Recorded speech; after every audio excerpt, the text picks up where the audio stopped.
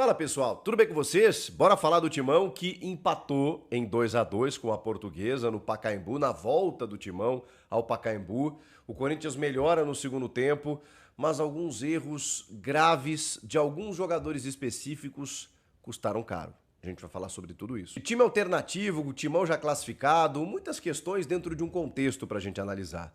Corinthians focado aí na pré-Libertadores, vai viajar com a delegação, alguns titulares sequer se apresentaram ao Pacaembu, onde o clube retornou depois de 6 anos, né? O último jogo lá tinha sido um derby, empate em 1-1, gol do Michel Macedo, o gol do Palmeiras marcado pelo Bruno Henrique, volante. O Diego Coelho era o técnico do Corinthians, interino, e o técnico do Palmeiras era Mano Menezes, vejam só. Isso em 2019. Como era o mundo em 2019? Antes de pandemia, completamente diferente, né? Faz muito tempo. O estádio ficou fechado aí por pelo menos 4 anos e o Corinthians retornou justamente para encarar a Portuguesa, um tradicional adversário de outros tempos. E que deu trabalho até por esse time alternativo do técnico Ramon Dias, que eu não discuto, tá? Isso a gente pode aqui analisar uma escolha ou outra, era o que ele tinha para jogar.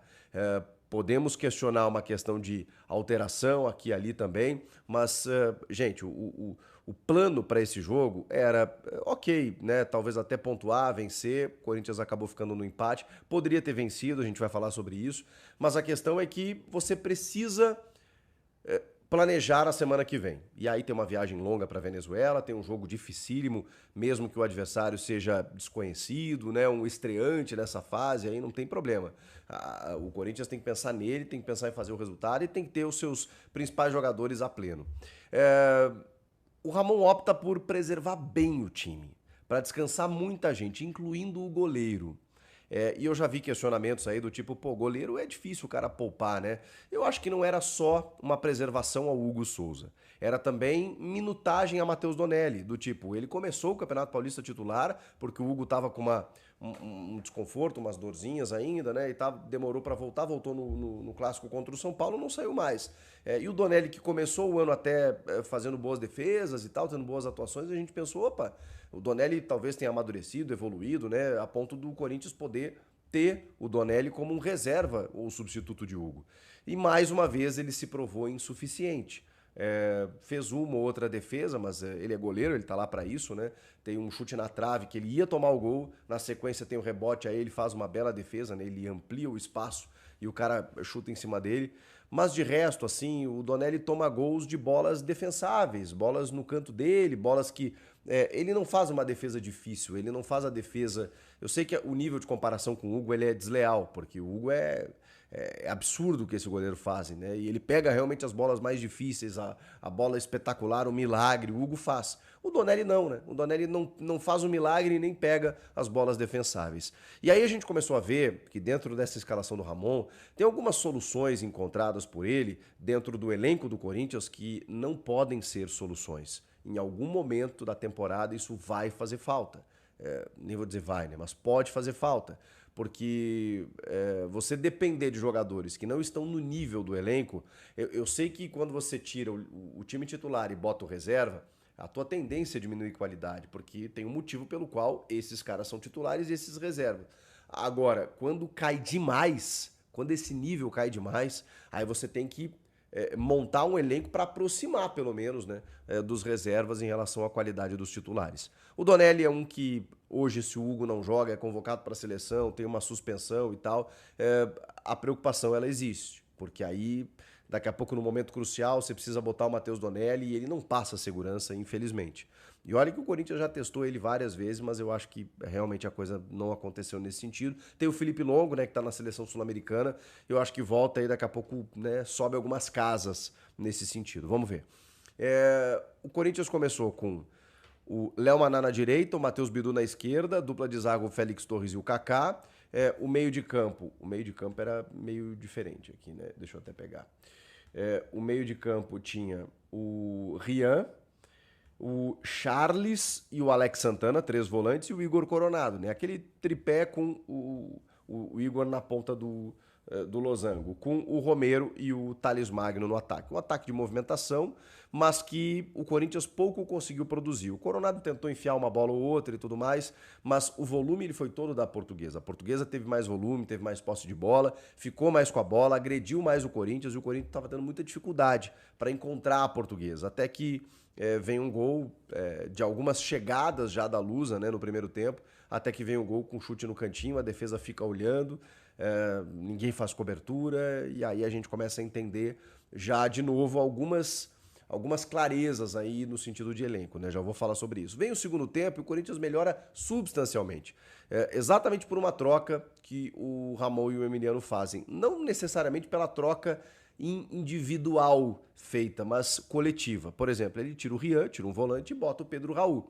O que ele faz com isso? Ele amplia um pouco mais o campo ofensivo, né? O Romero cai mais à direita, o Thales mais à esquerda, o Pedro Raul enfiado nos zagueiros, dando uma certa preocupação para os zagueiros ter que controlar, né? Um cara que normalmente é bom na bola aérea, segura zagueiro, aquela coisa toda. O Pedro Raul, a entrada dele, fez muito mais ao time do que a ele próprio. Porque nas atribuições que o centroavante tem, ele realmente foi muito mal mais uma vez. E aí, isso favoreceu o jogo do Thales Magno, por exemplo, que a entrada dele deu liberdade para o Thales.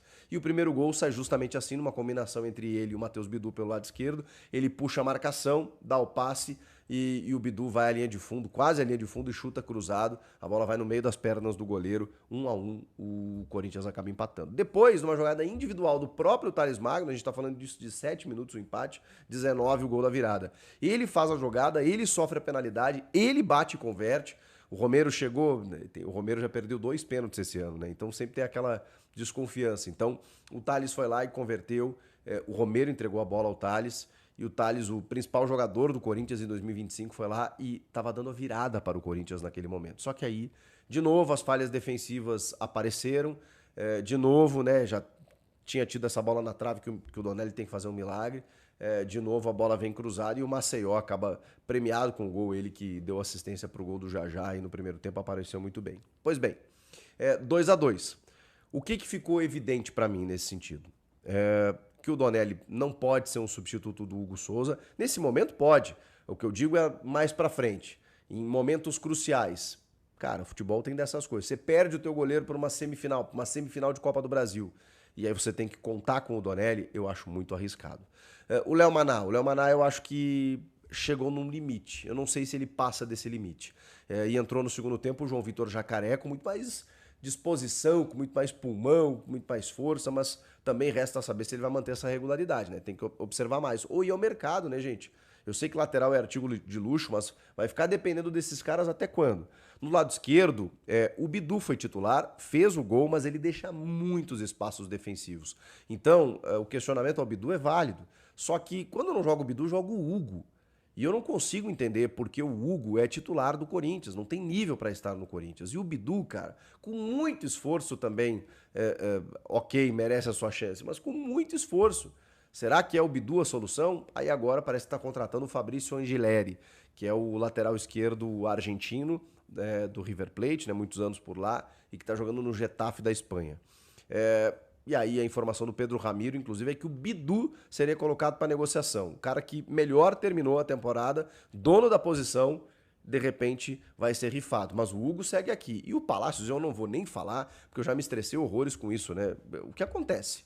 O que acontece com o Palácio? Enfim, no meio de campo ali, a gente falou dos 3 volantes, né? O Rian, o Charles e o Alex Santana. Depois a gente teve as entradas aí do Maicon, do Bahia, menino capitão da Copinha, né? E o Pedro Raul, que acabou entrando no lugar do Rian para fazer as vezes de centroavante. E o Pedro Raul, cara, perdeu alguns gols inacreditáveis. Um deles, ele tava até impedido e tudo mais, mas ele erra o alvo. Ele erra o alvo. E o gol que daria a vitória ao Corinthians já nos acréscimos é um passe do Coronado pelo lado esquerdo, maravilhoso, maravilhoso, na cabeça do Pedro Raul, que bastava deslocar o goleiro, bastava cumprimentar o goleiro, ele conseguiu jogar nas mãos do goleiro, num raio em que ele tinha muito mais opções para poder fazer o gol. Dá nos nervos, assim, a incapacidade técnica do Pedro Raul. Depois do Corinthians virar o jogo, do Thales Magno fazer 2 gols, O Ramon vai lá e tira o Thales e bota o Héctor Hernandes para dar uma pesada mais na área, pressionar os zagueiros, quem sabe aparar um cruzamento e tudo mais, mas tira o principal jogador do time. E a bola não chegou, né? Não chegou. Não sei nem dizer para vocês como é que foi o Héctor Hernandes, porque não dá, né? Não dá para saber como ele joga, o que ele faz, porque é um jogador que, assim, cara, tá faltando sangue nas veias, tá faltando ele mostrar que ele pode ser titular, que ele pode receber mais chances. O fato é, Pedro Raul, Héctor Hernandes, Kaká. Os caras vão achar que é perseguição, né? Mas o Kaká, gente. O Félix Torres, para vocês terem uma ideia, foi Beckenbauer no jogo, se comparado com o Kaká. Então fica difícil. Na direita é o Mateuzinho e o Léo Maná, mesmo as soluções para a temporada. Na esquerda vai liberar o Bidu, aí vai ficar com o Hugo, o Angileri e o Palácios. Alguém explica o que aconteceu? No meio de campo, você tem aí algumas peças que são titulares. O Maicon também entrou no segundo tempo. Maicon, Alex Santana. Essa galera toda podia ser titular. Tudo bem.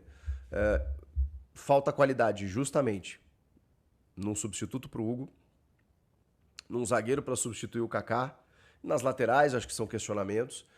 E eu tenho batido nessa tecla. Acho que o Corinthians precisa de um ponta para mudar jogo. Porque são muitos jogadores da mesma característica que se movimentam, um pressiona um zagueiro e tudo mais. Cadê o quebrador de linhas? O Thales, embora não seja esse ponta, é esse cara. Mesmo caindo por dentro, caindo pelos lados. É o cara que vai para a vitória pessoal. E você vê como ele muda jogo, né? Ele mudou o jogo no segundo tempo. Enfim. O Corinthians não conseguiu vencer o jogo e muito por conta da inoperância do seu ataque. E eu sei, time alternativo, o Corinthians já está classificado, líder geral, 26 pontos. É muito difícil o São Bernardo alcançar. Assim, matematicamente ainda não está, mas eu digo para vocês que está encaminhada essa primeira colocação, o que define muita coisa. Aí o Corinthians vai decidir em casa, gente, na Neoquímica Arena, as quartas, a semi, a final. E isso faz toda a diferença diante de um clube. Se tem um clube em que isso faz diferença, é o Corinthians. Porque a torcida faz a diferença quando joga em casa, no momento decisivo. Então, o Corinthians chega muito forte para essa fase de mata-mata do Paulista, justamente por esse fator local, por essa vantagem estabelecida. E, enfim, pelo time titular tá muito bem, né? Agora a gente está vendo os caras encaixando e estando num nível bom, fisicamente falando, o Rodrigo Garro, o Memphis Depay, o próprio Yuri Alberto. Então eu acho que o time titular tem condições de brigar por coisas maiores. A questão é algumas reposições.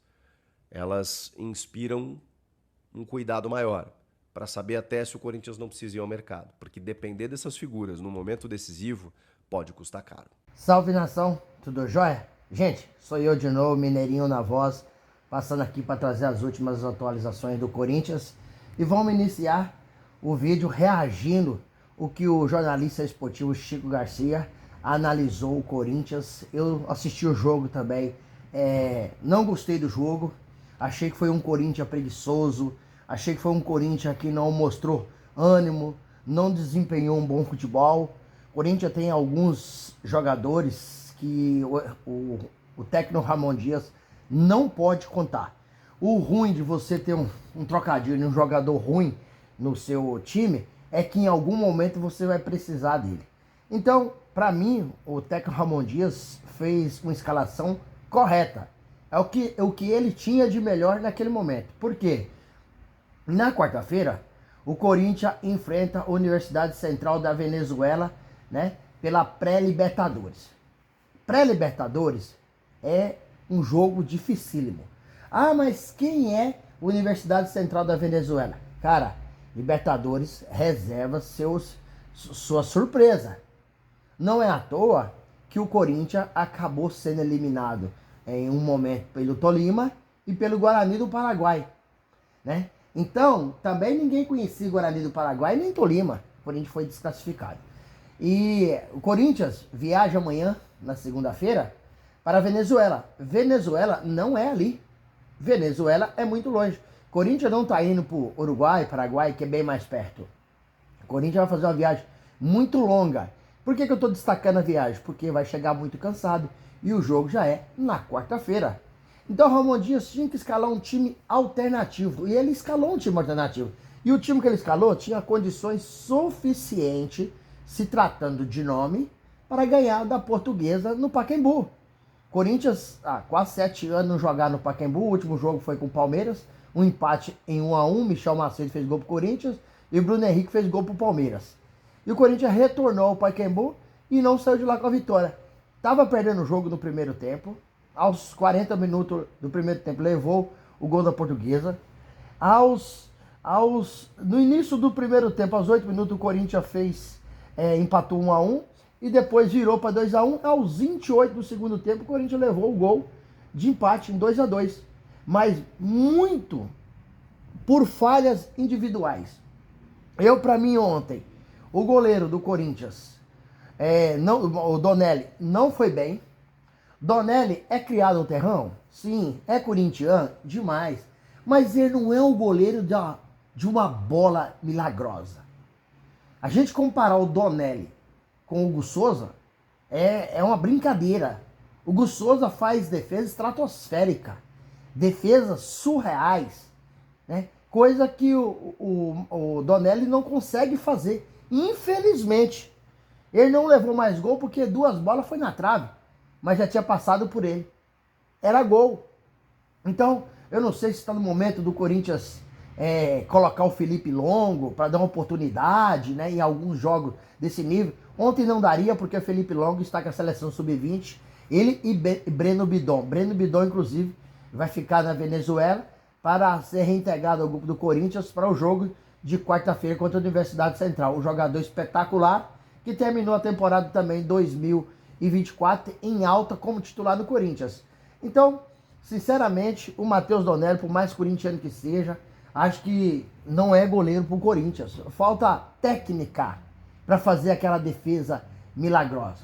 Aí você vem Léo Maná. Léo Maná, meu Jesus do céu. Você assiste o jogo, você quase dá um infarto.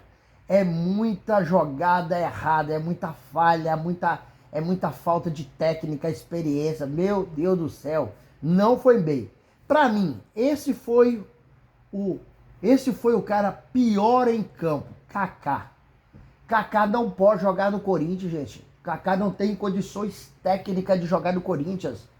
Toda jogada errada, antecipa e perde, toma inversões de bola nas costas, né? Fica na frente do zagueiro, fica na frente do atacante, o atacante passa por trás, pega a bola e sai. Meu, cara, não consegue fazer uma jogada do Kaká. Não, jamais. João Pedro Choca não sai da defesa do Corinthians nunca mais. Um garoto de 21 anos que joga uma barbaridade. Não tem como. Por isso que o Ramon Dias não colocou João Pedro Choca e ganhou a titularidade. Corinthians tem alguns jogadores que, infelizmente, é terrível. Olha pra você ver, a lateral esquerda do Corinthians. Nós temos 3 jogadores na lateral. Sem falar que o Corinthians agora foi ao mercado para contratar um lateral esquerdo. O que está acontecendo? O Corinthians com 3 lateral, contratar lateral esquerdo. Tem alguma coisa errada. Tem alguma coisa errada. Por quê? Porque o Corinthians tem na lateral esquerda Bidu, que terminou a temporada até boa em 2024, mas esse ano não consegue performar. Corinthians aí tirou o Bidu, colocou o Hugo. Hugo, um jogo mais ou menos, outro jogo ruim. Um lateral fraco para vestir a camisa do Corinthians. E depois vem Diego Palacios, que a diretoria do Corinthians tem que vir a público e falar o que está acontecendo com Diego Palacios, para liberar o jogador e contratar um outro. O Corinthians não pode ficar com... Vai contratar um lateral esquerdo? Vai ficar com 4 laterais esquerdos? Tem que ser um titular e um reserva. Ou seja, 2 jogadores no Corinthians, contratando mais um lateral, vai ficar ganhando salário sem jogar. Então o Corinthians está gastando de forma errada, porque errou em 3 contratações. Será que vai errar na próxima? Aí você vem pro meio campo do Corinthians, e olha que eu não disse, o Félix Torres também não mostrou até hoje porque jogou no Corinthians. O outro zagueiro que não mostrou até hoje porque está vestindo essa camisa do Corinthians. Corinthians tem... O Corinthians precisa de um elenco e não de um time. O Corinthians hoje tem um time, mas não tem um elenco. Como é que você vai ganhar competições sem elenco? Porque muitas das vezes vai estar um jogador com cartão amarelo. Por exemplo, o Memphis Depay pode ter um cartão amarelo. Quem vai jogar no lugar dele? Rodrigo Garro pode ter um cartão amarelo. Quem vai jogar no lugar dele? Igor Coronado? Igor Coronado é uma das contratações mais caras do Corinthians. Uma das contratações mais caras do Corinthians. Mais do que o Rodrigo Garro, e ele não consegue performar. Ele não consegue substituir a altura Igor Coronado. Rodrigo Garro. Rodrigo Garro, que reestreou no Corinthians contra o São Bernardo. Depois fez um jogo titular contra o Santos. Então ele tem apenas 2 jogos no Corinthians. Já jogou mais de 1000 vezes mais que o Coronado, que vem jogando o Campeonato Paulista praticamente inteiro. Por que ele não consegue performar? Eu não sei se o esquema do jogo que o Ramon Dias monta, ele não se enquadra. Eu não sei se a condição física dele está bem. Só sei que toda vez que ele entra, ele não consegue performar. Chegou no Corinthians meio um caos, o Corinthians estava mal, entendeu? Ele não conseguiu performar. Depois o Corinthians melhorou, ele não conseguiu performar. Então o Corinthians, ele não consegue abastecer os atacantes do Corinthians. Por exemplo, ontem contra a Portuguesa, era Thales Magno e Romero. Não consegue chegar a uma bola, um lançamento espetacular, um invertido de bola, perde muito, cria pouco. Então o Corinthians tem um segundo time muito ruim. E para ser campeão de competições internacionais, precisa de ter um time bom, um time forte. Não pode ter algum jogador que, para mim, não pode fazer parte do elenco do Corinthians. Esse jogador, o Corinthians ontem, poderia ter saído do Pacaembu como líder geral do Paulistão. Só dependia hoje de São Bernardo e Guarani empatar para o Corinthians ser líder geral e ninguém mais conseguia alcançar tanto o líder do seu grupo quanto o líder geral do Paulistão. Isso nos beneficia de Corinthians fazer os mata-mata todo em casa. Ainda pode acontecer, porque o Corinthians, próximo jogo é Guarani, basta o Corinthians vencer o Guarani. Venceu o Guarani e acabou. O Corinthians vai ser líder geral do Paulistão e vai fazer todo o mata-mata em casa. Tudo bem, tem oportunidade? Tem. Acho que vai conseguir? Vai. O jogo de ontem não é porque perdeu, porque empatou, tá tudo errado. Poderia até ter perdido. Ainda tirou um pontinho, ainda tirou um pontinho do Pacaembu. Mas poderia ter até perdido. A análise aqui é do jogador que o técnico Ramon Dias tem à disposição quando não pode jogar os titulares.